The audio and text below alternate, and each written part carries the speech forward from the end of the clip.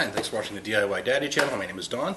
This video is going to be just a quick video about hay bale versus straw bale gardening. This is becoming quite popular, and a lot of people are advocating very strongly, in both directions. Some say, go straw bale. Some people say go hay bale. So the truth of the matter is this: with straw bale gardening, the big difference is that there's typically far fewer seeds in with the straw, so there's going to be a lot less weeding to do as your stuff starts growing. The downside, though, is that some farmers use herbicides so that other plants don't grow in their straw fields. Those herbicides potentially can be dangerous towards whatever you plant in there. So that's what you need to know for straw bale farming. Hay bale farming, because it is such a mix of different plants, number one, you're going to have more seeds, so there's going to be more weeding involved, but it's also going to be much more nutrient dense.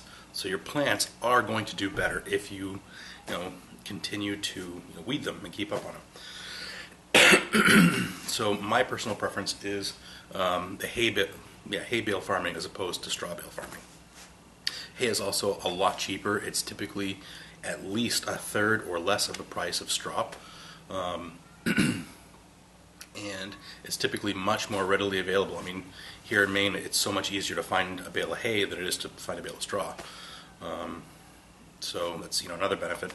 One of the big things that people need to know when they're starting hay bale farming is that you can't just buy the hay bale and plant in it right away. All right, there's a phase of decomp that has to go on, and while that's happening, while it's decomposing, it's generating a lot of heat. So if you were to take your seedlings and plant them right into a fresh bale of hay and start watering it, within a day or two, the roots of that seedling would be fried, it'd be cooked.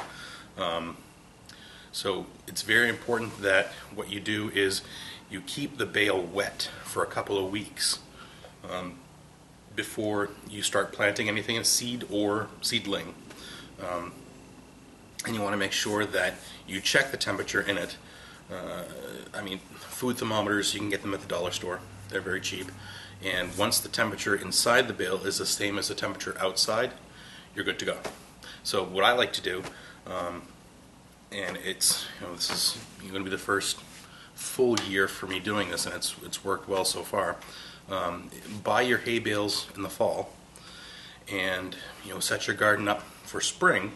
That way you have the fall rains, the spring thaw, and all that moisture, so you don't have to waste well water or raise your water bill to keep these bales wet. You'll have those seasons to naturally get them wet and start the decomposition process, so that by spring, when it's time to plant, you're good to go. You don't need to wait. So what I did was I built some raised beds, which I'll show you towards the end of the video, and I built them so that 2 bales would fit in there snugly.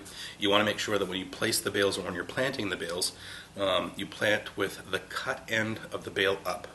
So when you look down, it should look like a bunch of coffee stirrers, right? So you want to see the tops of the grains, not the grains laying flat. That allows moisture to get wicked in a lot more easily, keeping the roots of your plants nice and moist. It also allows better drainage, so all around it's a great thing. And another great benefit with the hay bale farming, or straw bale, it's both the same, is that there's no waste whatsoever. Whatever hay you use this year, in the next 2 or 3 years, it's going to be mulch anyway. So it's a win-win, as opposed to having to buy, like this year when I bought my raised beds, I started off, I wanted to put, a good mix of compost, manure, and loam in there. Well, my raised beds are 4 by 4 feet and 2 feet high, so that was a lot. That was very expensive to fill them up. So this year I doubled them up. I have twice as many raised beds, and using hay and straw, so much cheaper and easier. There's no mixing to do. You just set them and plant right in them. If you're using seedlings or seeds, you may want to get like 1 bag of potting soil And where you're going to plant in the hay bale, you just make a little divot, maybe about the size of a 16-ounce coffee cup. So maybe a hole this big, fill that with potting soil and plant in that on top of the hay bale. And that's it. You're done. It's literally that simple. So let's take a look at what these look like. Alright, so here's what I was talking about, having the hay bales in these raised beds.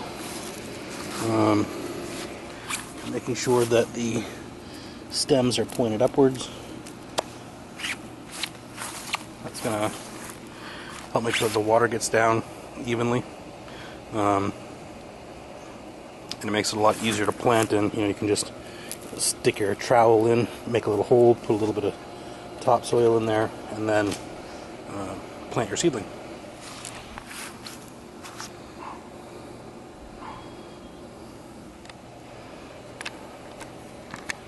Alright, so that's it for the hay bale garden. Keep in mind that with these things, you don't even need to have a container. You can, for that rustic look, you can just set the bale right on your deck if you want.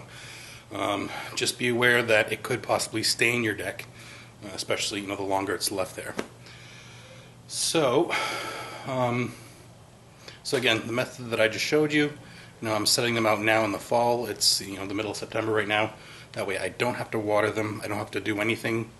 By spring they'll be naturally ready. If you want to wait till the spring, then you're going to have to spend a couple of weeks watering it every day, checking the temperature to make sure that it's not too hot in the bale. So that's it. So if you have any questions, make sure you put them down here in the comment section. Make sure you subscribe, and see you guys later.